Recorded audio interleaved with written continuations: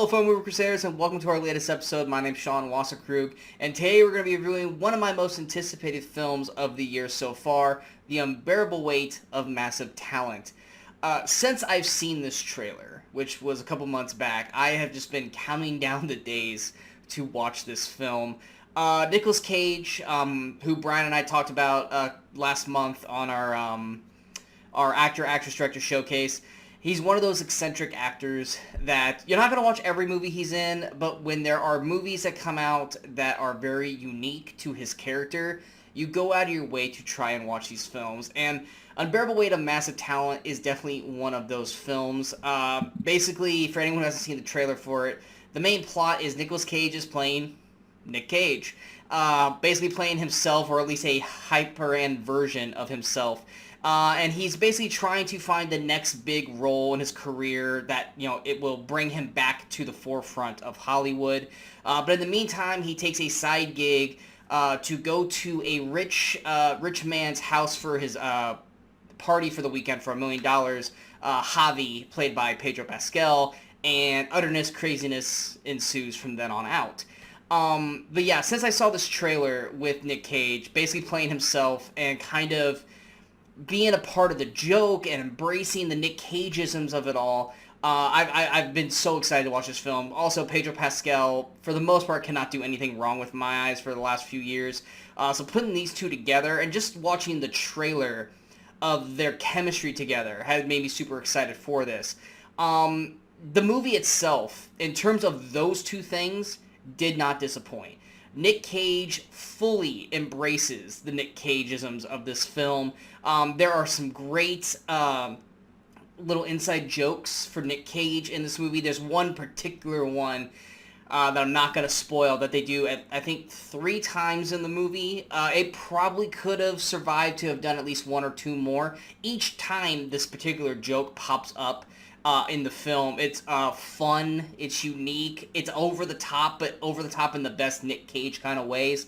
But Nick Cage doesn't go through this whole movie basically just making fun of himself. He does embrace the character of Nick Cage and kind of has to go through a dilemma, a moral dilemma as himself through his ex-wife, Olivia, played by Sharon Horgan, and his daughter, Addie Cage, played by Lily Mosheen.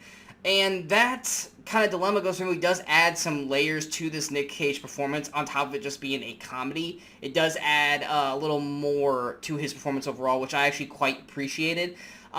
Sharon Horgan and Lily Mosheen, they're fine in their role, but I just wasn't really, believing their characters in the movie overall. Like, I believed Nick Cage's performance for them and how he felt about his ex-wife and his daughter in the film, but I felt like either Sharon and Lily Mo didn't either get enough time on screen with Nick to really embrace these characters, or I just didn't really like the dialogue that was written for them in the film. They're not bad in the movie by any means, but in terms of the actual plot for them, it just kind of felt tacked on top of an already great story between Nick Cage and Pedro Pascal.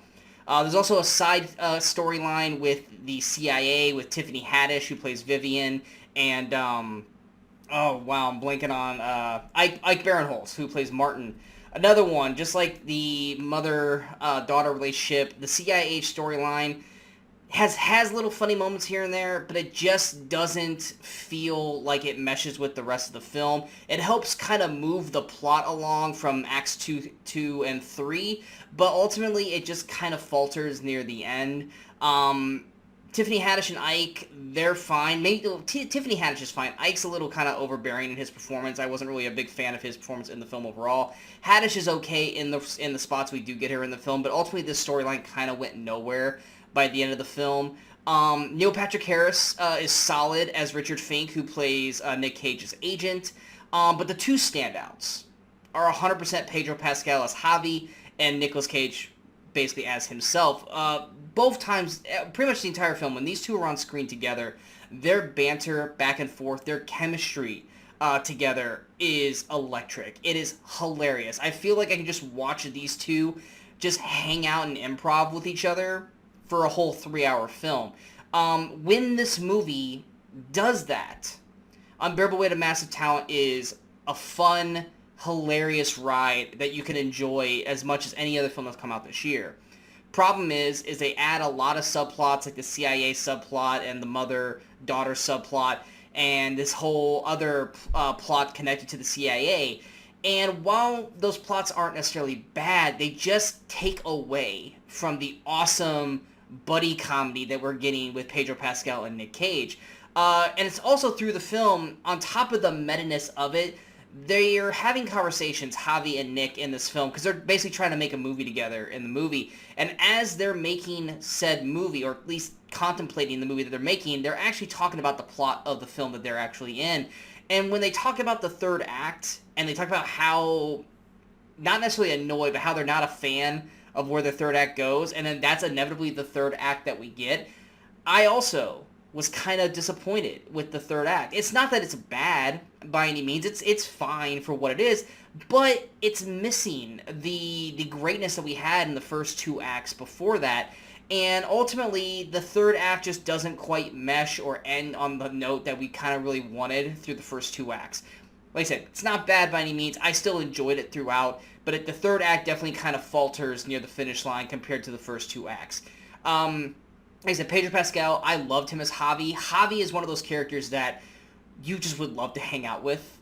Very, very funny, charismatic, but Pedro Pascal is all those things already. And just that beautiful mixture with the Nick Cage character in this. You're going to have a lot of fun watching these two together. Like I said, it's just there's certain story elements and performances that just don't quite match up to the energy that these two are bringing to the screen. Going to my overall score, I'm going to give The Unbearable Weight of Massive Talent an 82%. If you're a fan of Nick Cage, if you're a fan of Nick Cage films, and just Nick Cage fully embracing the Nick Cageisms, you're really going to love this movie overall. If you love Pedro Pascal, you're going to love him even more in this film, and probably see Pedro in a different kind of way that we have seen him before. He's definitely playing a character that I personally have not seen Pedro play previously, and I loved his performance in this. Everyone else is solid, but the script really doesn't do them any favors. But ultimately, if you're a fan of Pedro Pascal and Nick Cage, I think you're going to enjoy this movie quite a bit. I hope you guys enjoyed this review. If you guys did, go ahead and hit that like, share, and subscribe button to the channel so you guys stay up to date with all the latest videos pop up on the Movie Crusaders. And of course, don't forget to follow us on all the social media outlets you see below. Coming up next, we got reviews for The Bad Guys and The Northman. This week's episode of the Weekend Crusaders Talks About, where Brian, Max, and myself are going to talk about cult movies, has been canceled. We might do that episode later down the road, but we just didn't feel like we had enough to really talk about to shoot that episode, so we're not going to have an episode for that this week. But we will be back next week, where Brian, Max, and myself will talk about the summer movie previews, talking about the movies that are coming out for this summer, where we think the box office is going to round out, all that fun stuff. So feel free to check out all those reviews, and then I think also next week in terms of releases, what do we got here real quick? Nothing. we really got nothing really coming out next week, but obviously Doctor Strange and the Multiverse of Madness comes out on my birthday in 2 weeks, so be on the lookout for that review as well as everything else that's on the channel. And until next time, in case I don't see you, good morning, good afternoon, and good night, Movie Crusaders.